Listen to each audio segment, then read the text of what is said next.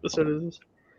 Welcome to episode 52. It's that DC number that we hate/love episode of this show, Krackle Comics Weekly. I'm Mike.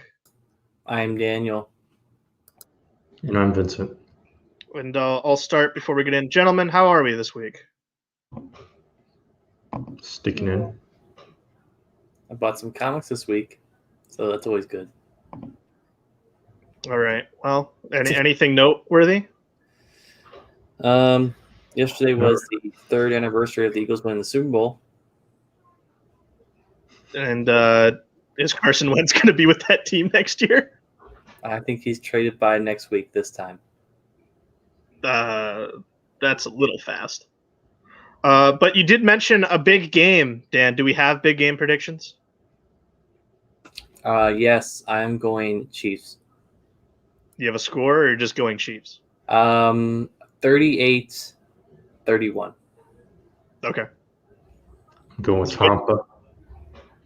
Score? I'm trying to think of a score that is impossible. 13 to 2. That's actually impossible. I mean, it's possible. 13-1 is an impossible score. No, it's not. You can run it back. Oh, yeah, that's right. On a conversion attempt. All right. So, no, I don't think you can score one. I don't know. All right, let's get into the books this week. I made my prediction on my other show. I have Kansas City winning 42-38. We'll see if we're correct next week. Very high scoring game. I mean, look at the offenses. But hey, both Mahomes and Brady, they played 4 times. They're 2-2 each, all 1-score games. So I'm not gonna take a more than 2 possession game against them. That's your sports portion of the show. Dan, you read Avengers Mech Strike? Yes, unfortunately, I had the privilege of reading Avengers Mech Strike #1. But this was your boy, Jed McKay. I know. I was about to say that. My boy Jed McKay and Carlos Magno. So again, our first issue is that basically all the Avengers are facing off against this giant monster that drains energy. Because what does a monster do besides that? The Avengers are able to defeat it when Black Panther essentially throws himself into the monster's belly, causing the monster to throw up the hero and basically kill itself because it can't digest vibranium. That's a shocker, right? It can't digest the most indestructible metal in the world. Anyways, back at the lab, the Avengers discover that the monster, I guess not really the Avengers, more so Tony and T'Challa, discover that the monster's name is Biomechanoid 3, which begs the question, what happened to the first 2, right? So the Avengers realize they must don vibranium armor if they have any hope of stopping the other biomechanoids. The last splash page is really cool. It kind of shows off all of our heroes wearing the armors as they go off to find the other creatures. The only thing I found kind of interesting towards the end here was once Tony showed all the other heroes, like their suits. Like, I don't know who said it. I wonder if it was like Black Widow or whatever. She's like, when do you have the time? He's like, some people sleep, some people play video games. I build. And I'm just like, really? You had vibranium suits custom built for every single hero ready to go? That seems a little I don't know. This seems fun. I'll probably give another issue. It wasn't offensively bad to me. And I don't know. I thought it was kind of easy to understand. Wait. After all of that and eye-rolling gripes, you go, I'll give it another shot. I will, because it seems like just like a stupid, fun book. And like the one thing I didn't like to it in the beginning is there's the Spider-Man quips. Jed McKay, I know you like Spider-Man, I know you like Black Cat, but take it easy with all the quips. I mean, I feel like there was a little too much there, but other than that, I think this is fun. So I'll give it another issue. So is it how much of an Iron Man book is it? I would say maybe like 25%. Okay. Well, for a team book, that's ideally what you'd want. Yeah. but it's not like All right. too like ingrained. It's just like its own separate thing. So we'll see. All right. Okay, over in Hellblazer Rise and Fall number 3, this is the final issue of the mature Black Label series by Tom Taylor and Derek Robertson. I felt like it opened somewhat anticlimactically because the tease at the end of last issue was like this huge high tension moment, and then it's like I felt like I missed a page or two. The little demon kid goes on a weird political rant. He likes, sticking it to the rich people, but like the way he does it is not okay, and then the way other people do it is okay. I'll get to that later. I mean, it does make sense, but in context, I felt like I was a little bit taken aback by it. Well, not taken aback. I was a little bit surprised by it because, it's Hellblazer. Obviously, Hellblazer, it's always mature. It always deals with topics and things like that. Obviously, known for its wit. But there were little touches of it, but I felt like the first 2 issues were not heavy on political commentary, and then this 3rd issue just throws it all in. There's a pretty scary scene where the demon momentarily lapses his control on the boy, and the boy's like screaming and crying while he has a gun pointed at his head. Then the demon ends up switching over to the father's body, who then gets shot up by the police in the UK that have guns all over them. And then he tears himself out of this corpse and goes on a little rampage. John goes to see his dad to pick up the old spell, which he accidentally originally summoned this demon with in the first place when he was a kid. But John's dad died in Hellblazer number 29. Obviously this is Black Label, so there is no continuity, but it's kind of at least worth noting that John's dad is in this book alive. Because obviously, otherwise I feel like this is it's attempting to evoke some of that kind of old school Hellblazer feeling. Out of nowhere, his dad also then makes peace with him for a really touchy-feely moment. And it's all based on like a conversation that Satan has with him, which is entirely off panel. So it feels very sudden. Very sudden for John's dad to even be in this. And then, it's technically related to the plot in like a sideways way, but it felt kind of out of nowhere and slightly unearned. Then as it goes along, it just turns even more so into this like story about politics. Really, it's like a class story. And again, this is mostly all new to this issue in particular. And then they kind of save the day initially, and then there's like really like a third of this book is after the actual conclusion of the story. John kisses Satan in the bathroom, and I don't know, that's basically it. Just ends. Honestly, I thought this last issue kind of went off the rails in a couple ways. It was pulling in elements that the previous issues didn't have as much, and it also at the same time wrapped things up so neatly where it's like, oh, I love my father now, we're going to go see a soccer game. And the kid survives, and Aisha is fine and everything like that, and John has a smile on his face and everything. I don't know, it doesn't really feel in line with Vertigo Hellblazer to me. And the Derek Robertson art here just makes me wish, honestly, that Garth Ennis or Warren Ellis were writing this, which obviously is very unfair to Tom Taylor, but that's kind of my reaction. I kind of was lagging on this series once we got into the 2nd issue, and I actually think for my totally subjective outlook, I think this 3rd issue then dropped down a couple more notches. But I think Mike had a different reaction. Well, first off, his dad can be in this because it's supposed to be set as young Hellblazer. That's why he's here. So I'll give it the merit there. Issue 1 had the big complaint with UK cops carrying guns, but I enjoyed the issue, but I'm not going to say like some of your criticisms are wrong or out of place. But I do like Tom Taylor's Constantine, though. I guess it's young Hellblazer, but again, his dad died in issue 29 of 300, which that would also be young-ish Hellblazer. But the real answer is Black Label. It takes place before issue 29. Yeah, I guess. You're too held up on the whole young thing. it's also Black Label. It is what it is. It doesn't matter. Just perpetual old man takes of being angry all the time. Is that what that's every review for you now?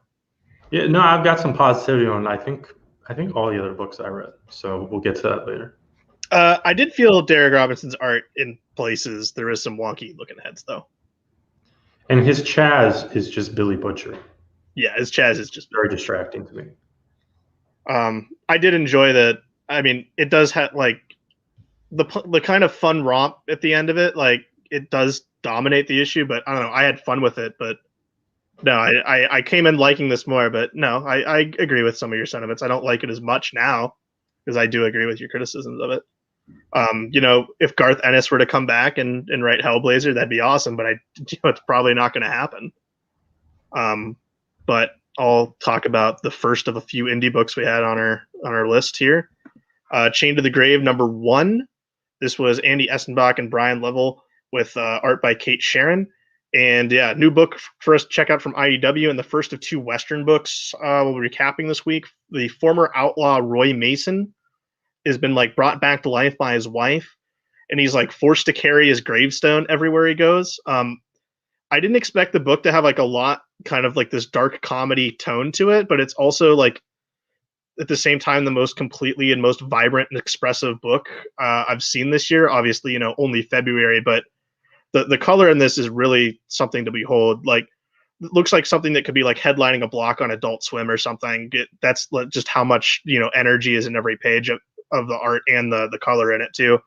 But Roy, our main character, has been raised by the dead by his wife to basically use him as a treasure map because he's got like this treasure that he's stolen and it's buried. So she needs him to go get the treasure for her and their kids. So, and then the people he stole it from, and then some Native Americans that this guy that he stole it from, are all like kind of converging on him because they've heard he's back, and it all kind of converges at this train station here, and he's like trying to get on the train with his kids, and then like the gravestones like hooked into the train, so he gets like whipped up, and he tries to fire his gun, and he ends up shooting his wife in the head and killing her. And there's like a great page where like you literally see the color drain from the page, which is a really, really cool and inventive thing to do. So like now Roy's left to basically wonder what his purpose is. And he's got his 2 children to defriend. He's like, they're on this train to kind of nowhere essentially. This is a really good first issue. I had fun with it. I like the design for Rory's kind of a little bit of Jonah Hex vibes in it a little bit. He's got like the one eye that's like kind of protruding out a little bit. But like really good, like cartoony art here, and just the use of color is great. I would thoroughly recommend checking this one out. Dan will talk about Fear Case.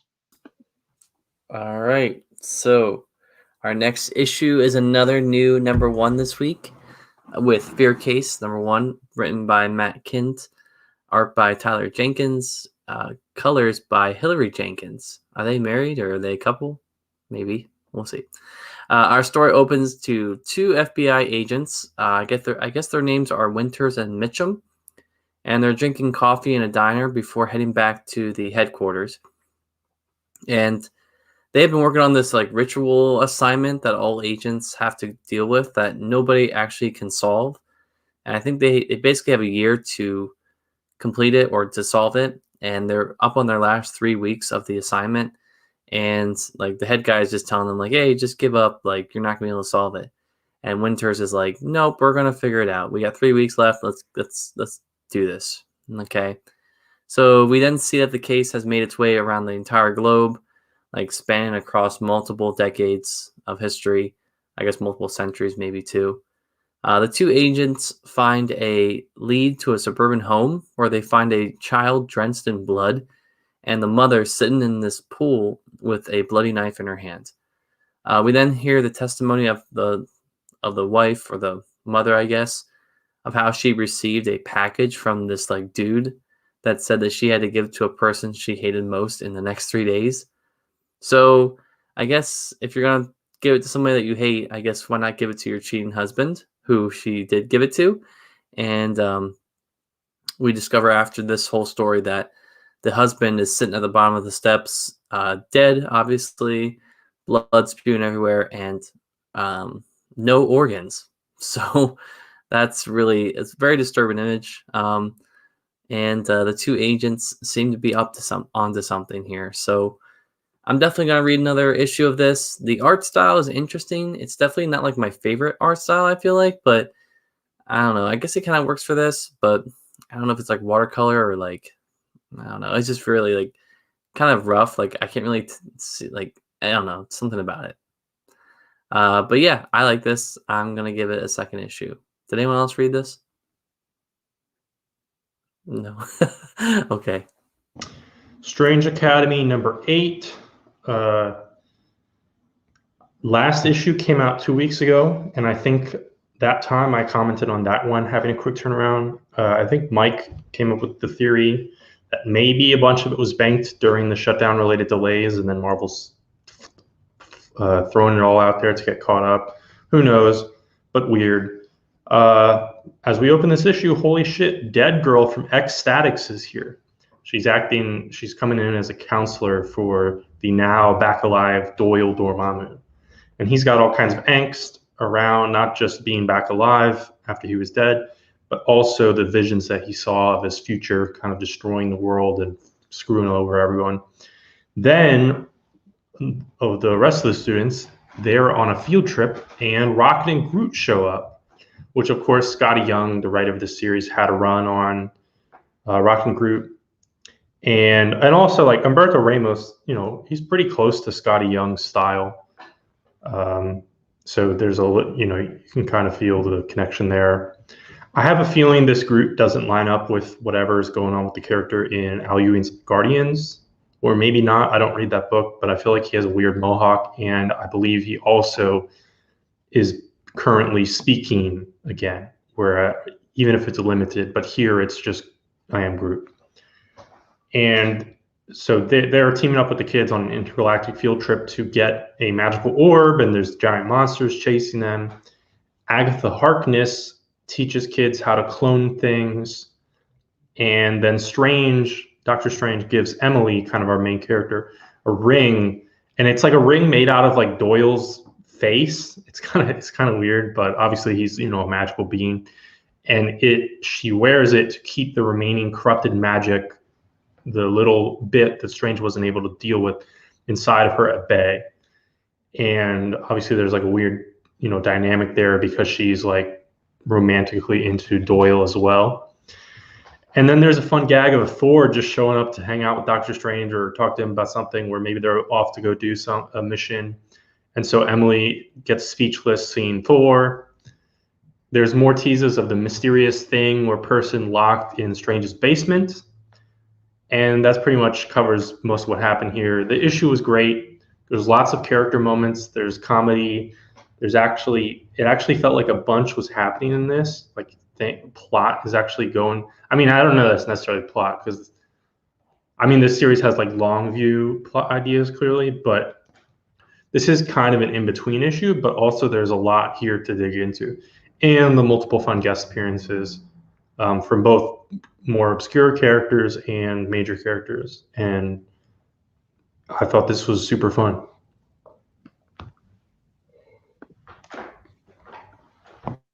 Right. Talk about Redemption #1, Krista Faust with Mike Deodato Jr., Lee Lardridge on inks / color. This is a new book from AWA, and it's the same creative team from Bad Mother and Krista Faust and Mike Deodato Jr.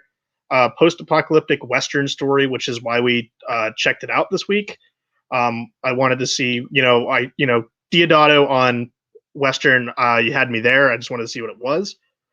We don't see he does a different style up here. Vince, if you remember that Resistance book we read about a year ago, actually now, that book about a virus that was coming out right as the pandemic was, kicking off stateside back in March of last year.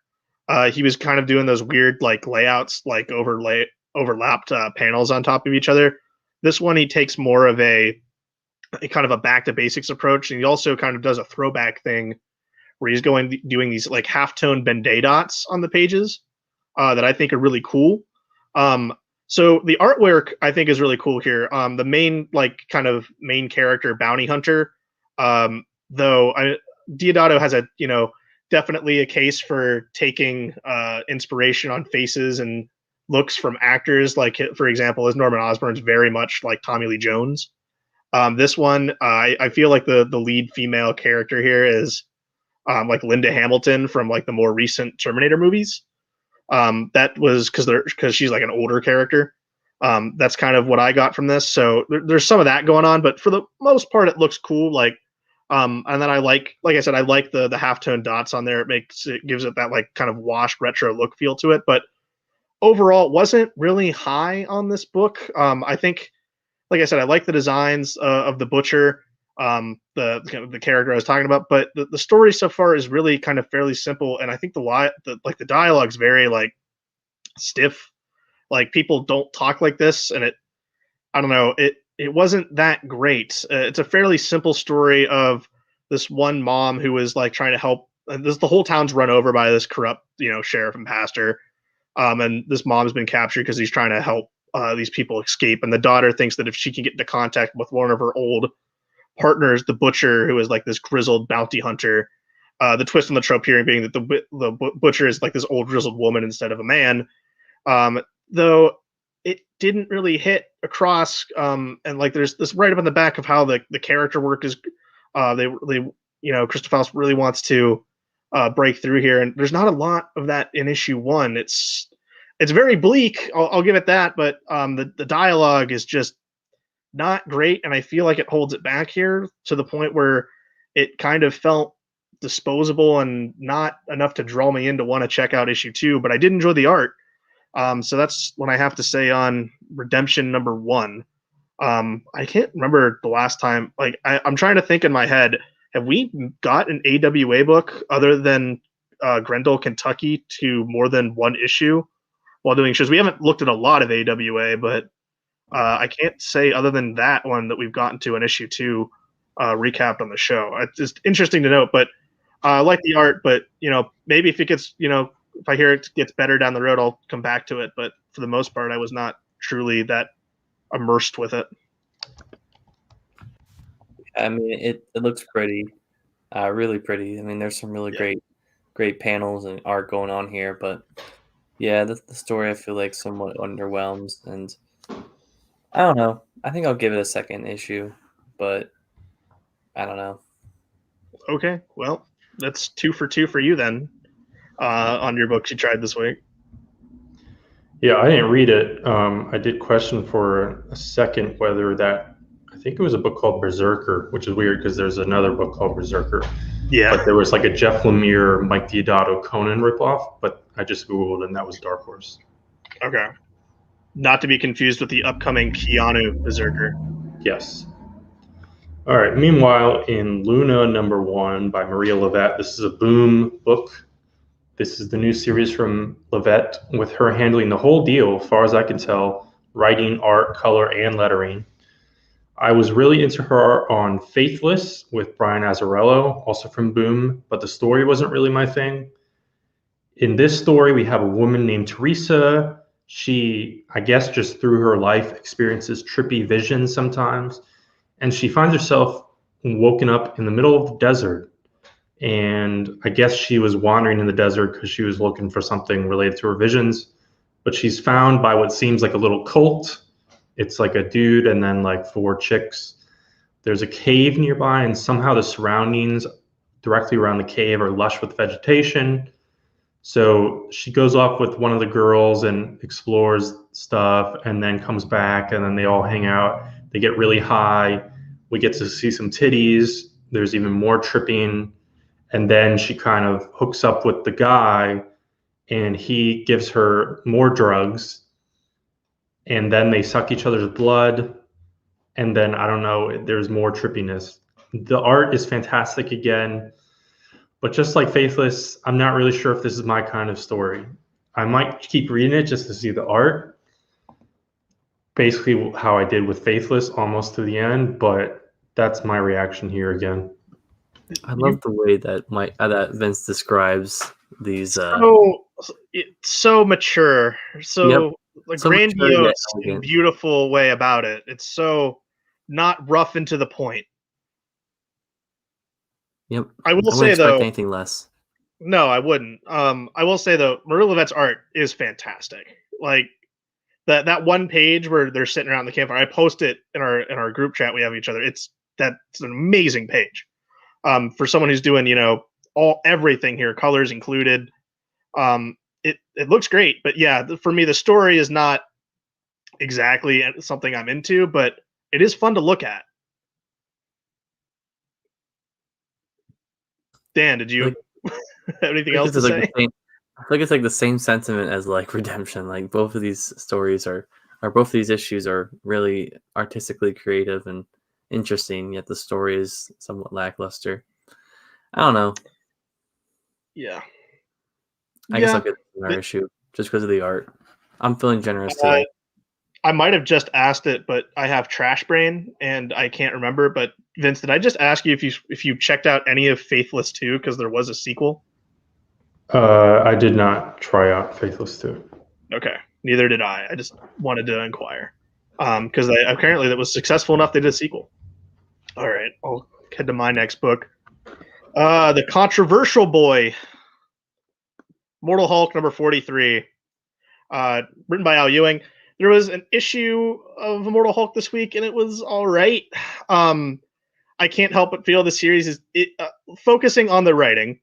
I feel like the series is meandering at this point. It's like treading water. There's 7 issues left, and the last few, ever since like Bruce was taken into the place below all, it's just kind of been doing nothing but kind of side stories. And it feels weird. Like you get that sense that I don't know how they're gonna wrap this up in 7 issues. That's what's going on. It mostly it's focused on Joe Fix It as he's like pulling off these small side jobs for like quick scores to earn some money and invade Henry Gyrich and the UFOs who are trying to track him because they're just waiting for him to turn to the Hulk so they can track the Gamma signature. And then like Alpha Flight's back with Shadow Base trying to get inside it, and they're trying to reunite Doc Samson in his own body and separate him from Sasquatch. But they're attacked by the Gamma Man Rick Jones hybrid that we've seen for the last few issues. It kind of just busts out of the ground, and they're gonna have to fight that. Joe, for the most part, is doing a good job making his way going about New York City, but when he sees like a young kid who's wearing like a Hulk sweatshirt getting beat up by the cops because they think he's like part of like the Hulk's kind of like protesting army that he's built up. He's got like no choice but to turn into the Hulk, and then throws them down. But then immediately the UFOs come and converge on him here, and he's gonna have to fight the UFOs next issue. All right. Obviously, controversy this week with a certain shop window and a jewelry store. Don't really want to get into it, but I will mention that obviously don't condone any of that imagery that was depicted there, and you only question more about why was that there in the first place and how did it slip past editors. And that's all I'll have to say on Immortal Hulk number 43.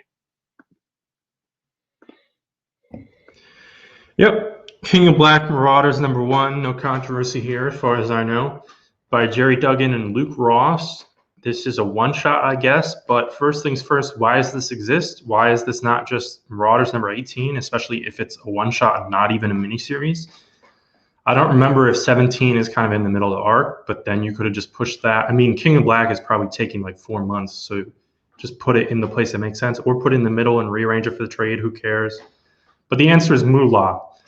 They did the same thing with War of the Realms during the Rosenberg run, and then we had the Empire X-Men tie-in, but at least that one had a fully separate premise and some weird round-robin writing team, so it didn't necessarily fit in any of the titles.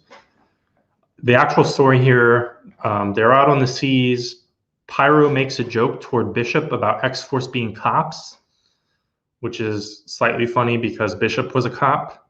And then I'm stuck wondering about a reference to PCP in a comic book that should technically, I mean, you can argue about this, but like, I feel like Marvel wants to say that kids can openly read this.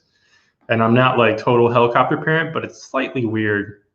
Some kid's going to Google, what is PCP? It's, it's an acronym they don't recognize.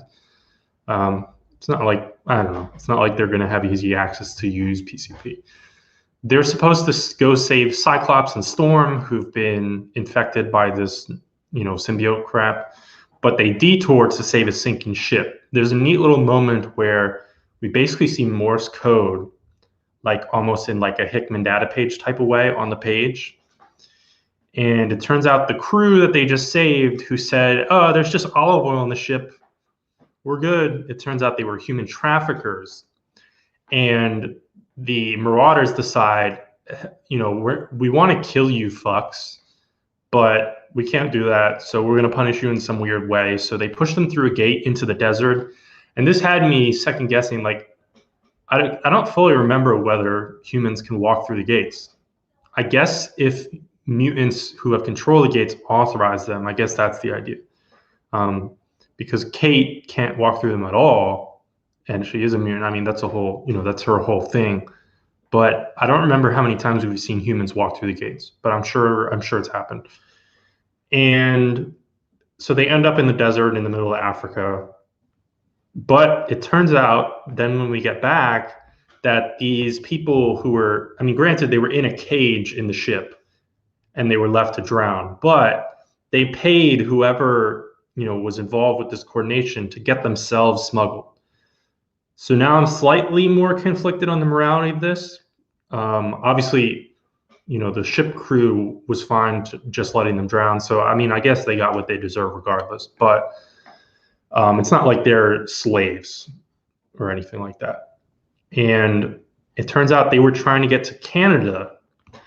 And being dropped off in New Jersey, which was Kate's original plan, is just simply unacceptable. And it's not related to King of Black because that's going on in the entire world. So I feel like Duggan is totally going for some like little bit of political commentary here, some immigration policy talk, and I think it's a little sloppy. It's a little over the head. Kate wants to grant them amnesty on Krakoa then, and Emma Frost and Magneto kind of consider it for a second. And this is also a big like question and contradiction to me, or at least potential, because we've got like 16 humans here, and they're for a second they're considered, oh, we'll just have them hang out on Krakoa for a bit. But Juggernaut is explicitly not allowed to step foot on the island to be with his half brother, best friend, and countless people he knows well over decades. I don't fully understand the rules. It's not like any rules are in.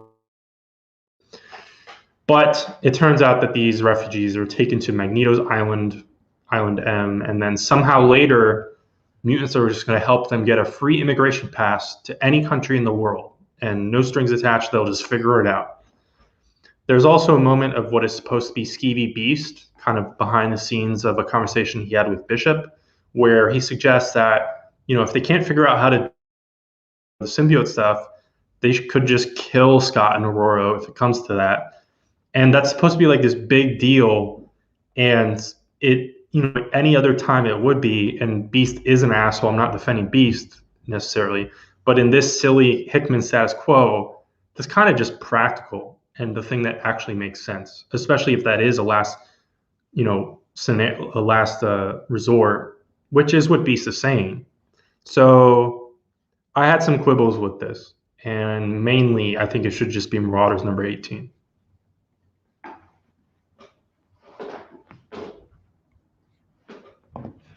You're muted.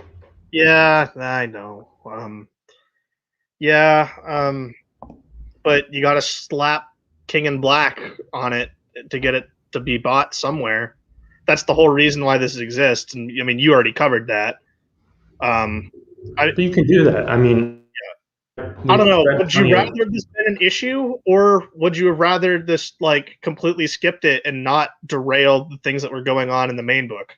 That's kind of where I lie on it. Yeah, I kind of just don't like a lot of these events in general. I don't know why. Yeah, every single book likes events. But we are enjoying this event. At least I am. But just real quickly, we've read multiple books where it's a standard ongoing issue that's at the King of Black time. You guys talked about Daredevil, which Daredevil, by your account, both tied in and didn't derail stuff. So you can do it. Right. It's just a stupid publishing decision. Yeah, I'm wondering what exactly is, what like you said, what books deserve the one shot, because we've seen Immortal Hulk have a one shot also. That book didn't get derailed.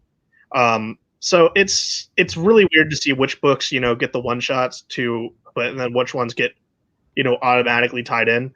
Maybe since the X-Men line's so interconnected right now, they don't want to derail it, but who knows? I can totally. I think there's a King in Black X-Men coming too, though. So I don't know. I'm not the biggest fan of Luke Ross. I wasn't a big fan of his work on Captain America earlier last year. So his art's kind of give or take for me here, and that's what it was here. My thing with the whole handling of the refugees is that so Magneto's putting them on his island, right? And so with that, they're automatically safe there, but the whole planet is engulfed with King in Black. So how are they safe there outside of, anywhere else? That was my thing with it. I was like, I don't know how you guarantee safety anywhere right now. There's a giant alien invasion. So that was my thing with it, but I don't know. It was fine, but I'll take my Marauders 18 over this, though. Was basically what it comes to. So, I don't know. Dan, you want to say the Venom line? Venom, Venom, Venom. Thank you for Venom number 33. Donny Cates, Bon Coelho. Opening here, I feel, is like really well done with Pete having a heart-to-heart with Dylan. This is like right after King in Black number 2. Yeah, number 2, when like Eddie died. And he's like telling him, hey, I'm there for you, man. And he's like, per your dad's wishes, you're now my responsibility. But also he's like, hey, it's your choice here. Whether you want to help or not, that's on you. Don't feel like you have to. Because Spider-Man's like, I've seen us, fight all these threats before, and I don't believe that necessarily you're the key thing for us to win this fight. I like that. Back inside, like the symbiote hive mindscape thing, Eddie, Rex, and Flash eventually reach their destination, and this is kind of like the Flash spotlight issue. Flash thanks Eddie for like the words he said at his grave, but it's like, hey, dude, it's your time. You've been a hero. You go be a hero. And Flash leaps into action and basically connects himself to the hive mind, like turns himself into a dragon thing, so the heroes can help fight. And then Eddie gets surprise attacked by Rex, who's now corrupted by Null, and now is being held over a cliff again, echoing what happened in King of Black number 1. I enjoyed this, but it doesn't feel like there's a lot that really happens issue to issue. It feels like you could just read King in Black and not read Venom and not miss anything. Dan, you checked back in on this. How did you feel? Because you are reading King in Black and not reading Venom. I thought this was all right. I'm not sure how many issues I was off, but yeah, it's probably gonna take me a little bit of time to get acclimated back to it. But yeah, I mean, I think you only started reading this when King of Black started. I think you only missed one issue. Oh, okay. Well, then I guess that's not too bad. But yeah, I mean, I haven't really read a lot of like Venom like solo stuff, so this is kind of nice to read this and kind of see a little bit different take of it. But yeah, we'll see. Not the best part to come in because it's almost over. Yeah, well, that's usually how I roll, right? I roll in right at the end of arcs or books. So I wouldn't necessarily say that, but yeah. Bringer. I mean, it's pretty soon the whole run will be over, and then you can read all of it, and then basically find out for yourself if you really enjoyed this run or not. That is true. Excited for that. Yeah, my main takeaway though is like it doesn't feel like there's a lot that happens in Venom that you couldn't not get in King in Black number 3 or whatever. Because like I think like half of the scene that opens it is like doesn't play out at all in King in Black number 3. This is because we see Dylan do his like attack thing that he did in that, but like Spider-Man somehow I guess had that heart-to-heart conversation between like a page or a panel or something. So we'll see how that all shakes out eventually. Hopefully, if it's collected, you have the King in Black and then Venom alternating with it, but they won't do that because that makes too much sense. Black Omnibus. you know it's going to happen. Every other event book's gotten an omnibus so far. I wouldn't be surprised. Future State. It's not its own recording anymore because we basically decided last week that we're more than done with it. But there are some books that we like that we'll carry over with. One of them, for some of us, is next Batman #3. Yes, and let's be honest, Future State did not deserve its own show. It quickly lost that right, for us at least. So our next story is Future State, the next Batman #3, written by John Ridley, art by Laura Braga, Nick Darrington's on breakdowns. So cornered by the magistrate, Batman and the couple managed to escape, barely.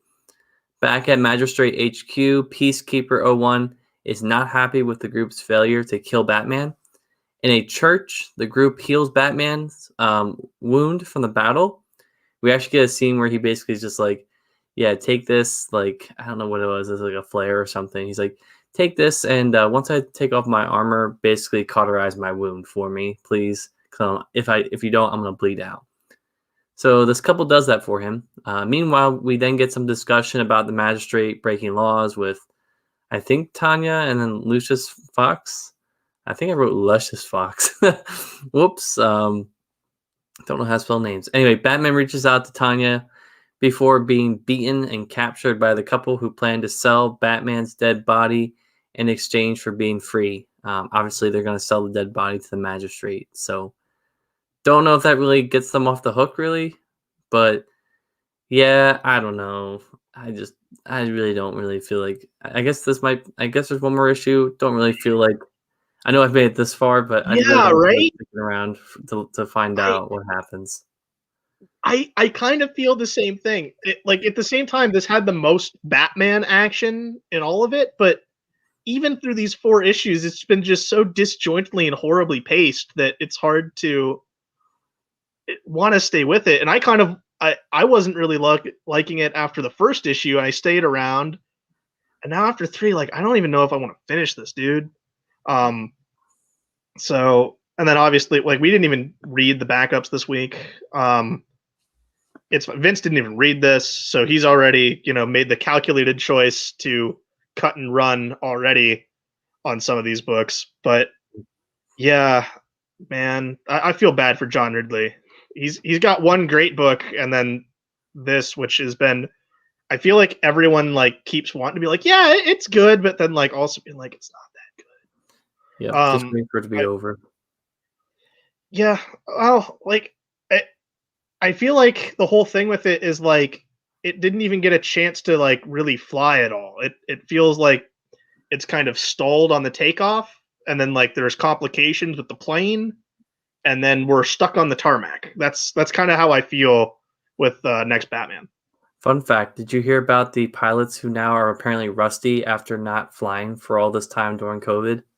It's a real story. Go look it up. That's alarming. Yeah. All right. Well, I did not see that, Dan. Did you? I guess you did. I'm just playing into your analogy. So. Well, thank you. But I don't think the analogy works. I think this is more of a case of the pilot was ready and the plane was faulty. That's true. Yep. But this show is a mess this week. All right, Wonder Woman.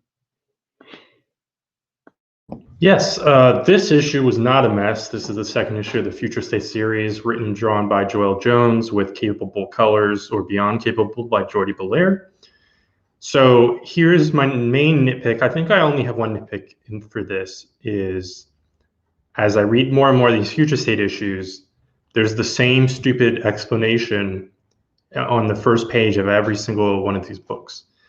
And to be clear, I like recaps and when you can use the storytelling or even dialogue to clue readers into context and recent history of your story. And I think actually that should be a must in these monthly corporate comics. But just copy and pasting the same thing, putting it on your front page, covering up some art, doesn't really count.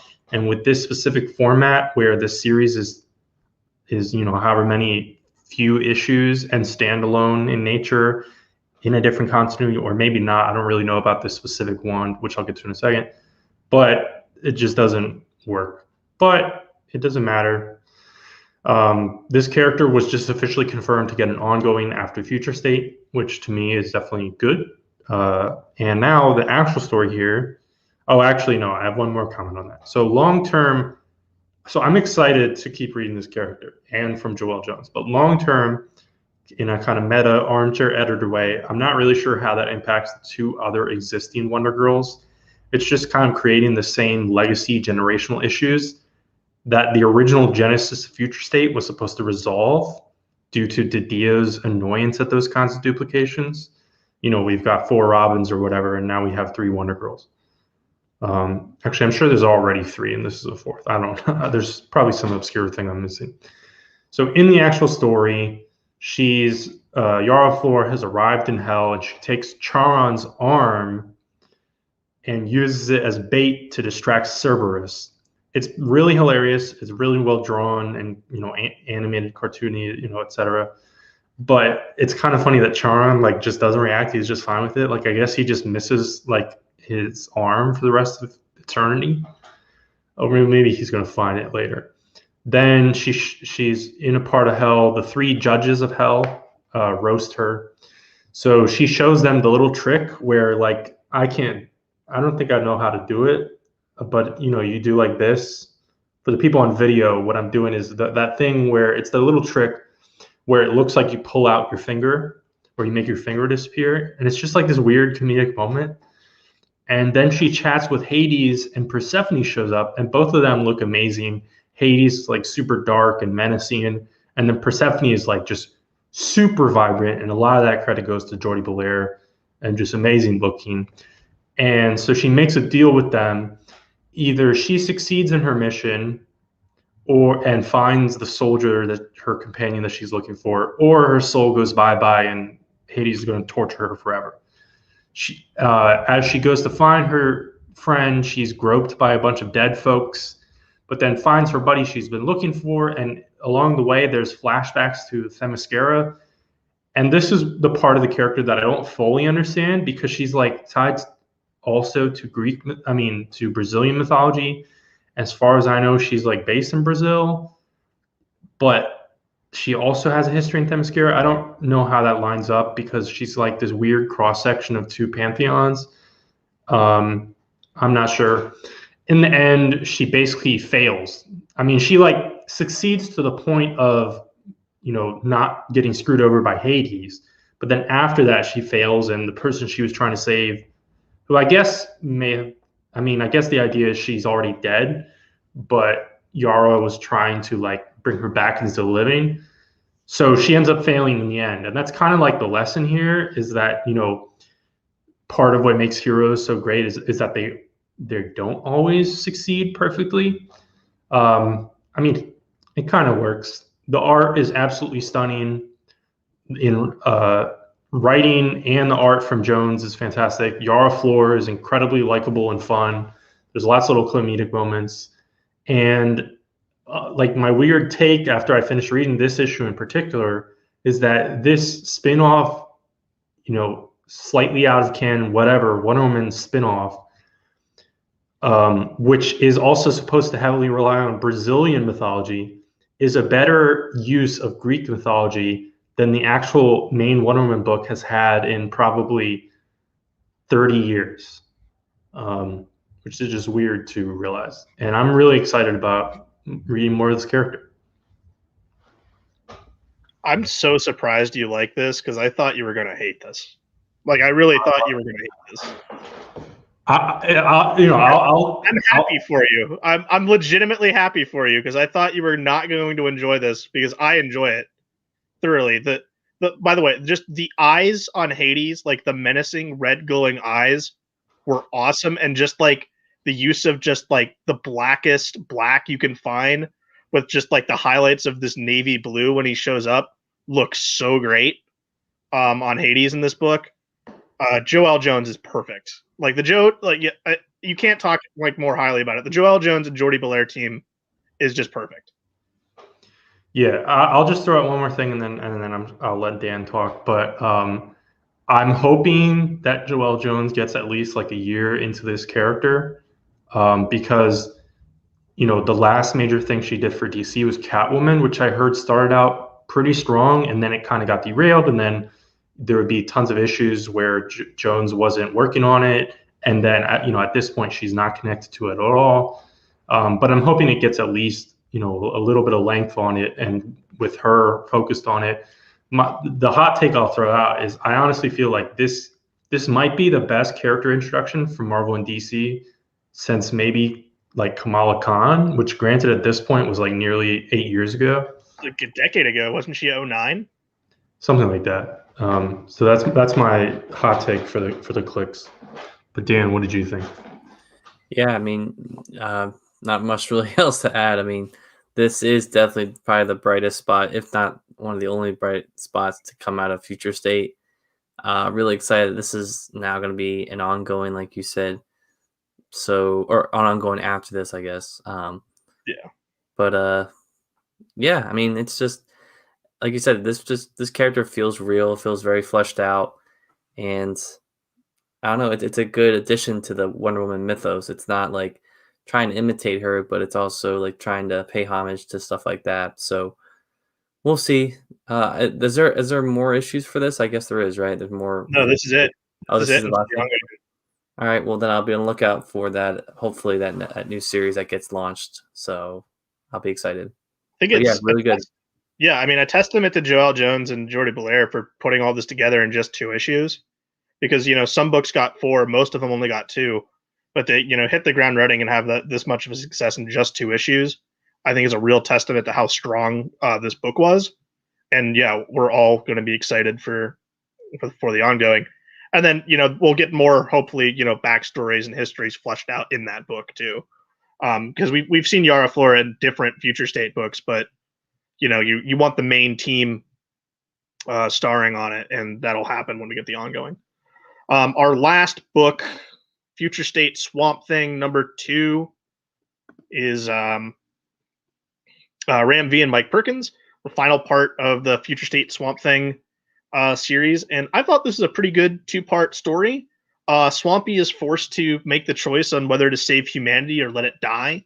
Obsidian is being used by the Pharaonic Man to basically turn the world's sun dark and make it go out, and like basically the only person that has the power to stop it is Swamp Thing, because of the power of the green. So in all of these writings, we've learned about like the write-up pages and how he made like the fellow plant people.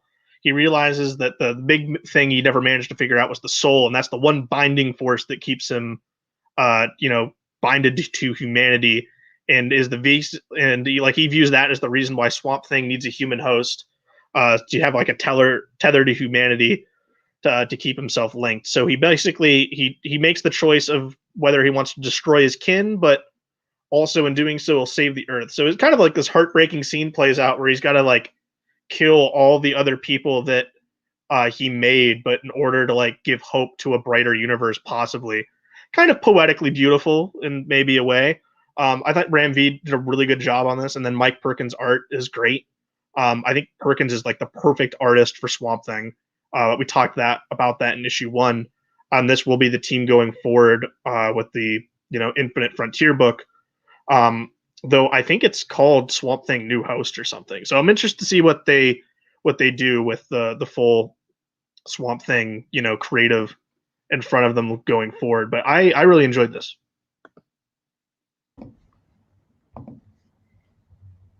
Yeah, I mean, it's more of the same from the first issue, and yeah, no, I really like that they kept these like art pages with like showing the anatomy and different stuff, like in like the green pen or ink or whatever. So yeah, I mean, we'll see.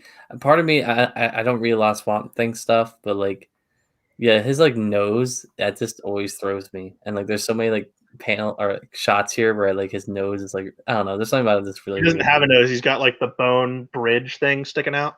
Yeah, it's just really strange, and I guess I've never read like a lot of Swamp Thing stuff to actually notice that, but like now that I see it, it's just hard to unsee. So, but yeah, that's all I got. Yeah, I thought this was very good, but it answers some of my questions from the first issue and the take on the character that this creative team is moving forward with. This is definitely Alec Holland Swamp Thing and not kind of the Alan Moore anatomy lesson Swamp Thing, in spite of this whole story basically being their own take on the anatomy lesson, but from the perspective of Swamp Thing figuring out the anatomy lesson. So, and I'm not really sure which version I prefer. But yeah, I thought this was really great. I mean, Perkins, like you said, is amazing. I think Ramsey has a lot of interesting ideas here, and obviously he's been writing the character a little bit in Justice League Dark already. So this is also, I mean, these two in a row, probably Wonder Girl and Swamp Thing, my most anticipated new titles from DC in a long time. Yeah, I think too. When I looked at the schedule when we hit March, I think that first week of the Infinite Frontier titles, I think Swamp Thing will be the first one we actually read. By the way, so that's interesting to know that we'll kick it off with Swamp Thing. You're our resident Swamp Thing guy, Vince. How do you feel about a new host? If that's the case that we're going to see with it, are you trepidatious to it, or are you like, I trust what these guys have brought to the table, where like I'm down for what they do? I mean, I don't think they're doing that. Did you read something or something? I think it's called New Host. I can't remember. I could just be totally thinking of that it's something else. I'm not sure. I think it's going to be Al Holland, and they're just.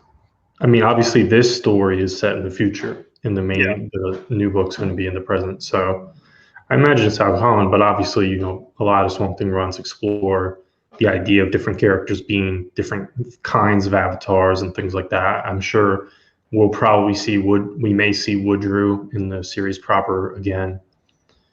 I'm definitely excited. Yeah, and then I guess my last point of this, I think the other strength of this too is that like this is one of the most deviated out of Future State. Like this was completely its own future and own timeline thing. It wasn't. There was no connections to any of the other Future State books that I saw in this, which I think added to it, where it wasn't like trying to fit itself in this already massively like forced connected, you know, timeline of quickly thrown together because it's only a 2-month thing. It's just its own, able to breathe on its own. But Dan, we have more Swamp Thing to talk about, plus Batman. Yes. What better combination is there? So our retro issue this week is Brave and the Bold, number 122, written in October of 1975 by Bob Haney with art by Jim Aparo. So Batman is shocked to find that the Swamp Thing is in Gotham City, put on display by Carnival owner B.B. Riggs. So Batman demands that the Swamp Thing be set free, but Riggs refuses. Gotham City, meanwhile, is suddenly swamped by giant roots that have been sprouted from the ground. These roots come from seeds that have been dumped in the city water supply and grow to alarming sizes once exposed to air. During the chaos, the people of Gotham City blame the plants on the Swamp Thing, and the government uses this as a moment to try and capture him for examination. So what does that kind of sound like in Marvel Universe, I guess? Anyways, Batman gets in the middle and frees the Swamp Thing and asks for his help in dispelling the roots. So while the government gets ready to dust the city with a defoliant called Crimson 13, Batman and Swamp Thing learn that the way to destroy the vines is to pull out the king root, just like in real life. If you want to take out the roots, you got to take out the main root, I guess, which could effectively kill all the rest. So Batman prevents B.B. Riggs from trying to recapture the Swamp Thing, who finds the king root. As the swamp monster tries to pull the root out of the ground, the government sprays Crimson 13 all over the city. The Swamp Thing seemingly perishes, pulling out the king root and saving the city. So Swamp Thing's a straight up G, saving the day. Batman has the Swamp Thing's remains taken back to the swamp where it came, and is surprised when the Swamp Man is revitalized by the swamp and walks off into the murk. I don't know why he's surprised by that. I mean, I would imagine anyone who knows anything about the Swamp Thing would know that. I feel like that would be bound to happen. So I thought this was fun. For 1975, I thought it was pretty interesting issue to read. Usually, like the 70s is kind of like, I don't know. I always see it like a transition period for comics. It's like not the Silver Age and not the Bronze Age yet, for some publishers at least. But I thought this was interesting. Simple story, but kind of interesting team up. I say interesting a lot. What do you guys think? It's your standard issue, basically, of Brave and the Bold. I've read a few Bob Haney issues of Brave and the Bold, and they're kind of all the same to me. None of them really stand out, but we do get Jim Aparo drawing Batman, which is a plus. Plus, the Whirly Bat makes an appearance, and that's one of my favorite wacky Batman vehicles, so it was fun to see that. All in all, though, a solid issue of Brave and the Bold, and a Batman and Swamp Thing team-up's always pretty fun. Yeah, we got a double dose this week, and I like how there's a footnote to the last time that these characters met in Swamp Thing number 7, which is a slight surprise in a Bob Haney book, and maybe editorially mandated, because I mean, what Mike's basically saying is what you said, Dan, is interesting, because you were talking about, sometimes 70s books, they kind of feel trapped between two eras, and that's definitely applicable to these kind of Bob Haney Brave and the Bold stories, where they feel very classic, not as tight continuity and things like that. But obviously this is published, in the Bronze Age. I thought this packed it all in. Like, this is a fully complete old school comic. You have this wacky P.T. Barnum analog. There's a little bit of over the top comic booky stuff. We get a pretty quick condensed version of Swamp Thing's origin if you've never heard of the character. Batman's doing detective work multiple times here. It's really fun. And as far as Swamp Thing and connecting to the previous issue, this is the Len Wein and Bernie Wrightson era. So this issue that we read is actually closer in line with what we're going to get in Future State and, well, presumably Infinite Frontier than Alan Moore, which is, the famous run on the character. So it's interesting that we landed on this for this week for sure. I didn't even realize the coincidence until I started reading my books this week. I feel like the most striking thing about the Wrightson Swamp Thing is like the big yellow eyes. There's something about the face that's different between, I can't remember the artist's name off the top of my head who did Alan Moore's run, but there's like slight variations. It does like start in the nose, but I think it's the nose and eyes that are the big differences. So I do like that Wrightson design a lot. Plus, the wacky lettering in this book too. Like, Swamp Thing's always got like a yellow or orange kind of like colored dialogue box, but also like you get like ones that are basically just like all sharp points all around it. So there's like some fun energy going around in the book too. But guys, picks of the week. I thought this was, of the books that I read, which I skipped a couple, of the books I read, there were a couple that really stood out. Strange Academy is really great. And then basically Wonder Woman and Swamp Thing. So the irony is, I think this was our strongest week of Future State so far. Granted, I didn't read some of them, but the ones that I actually read, some of my favorite issues of the whole thing so far. I'm going to give my pick to Future State Wonder Woman number 2. Same. I'm going to go with Swamp Thing. So I'll break us up there. But that's the show for this week. No dual recording since Future State's all wrapped up in it. And then we'll see you next week for more comic reviews. Stay safe. Adios.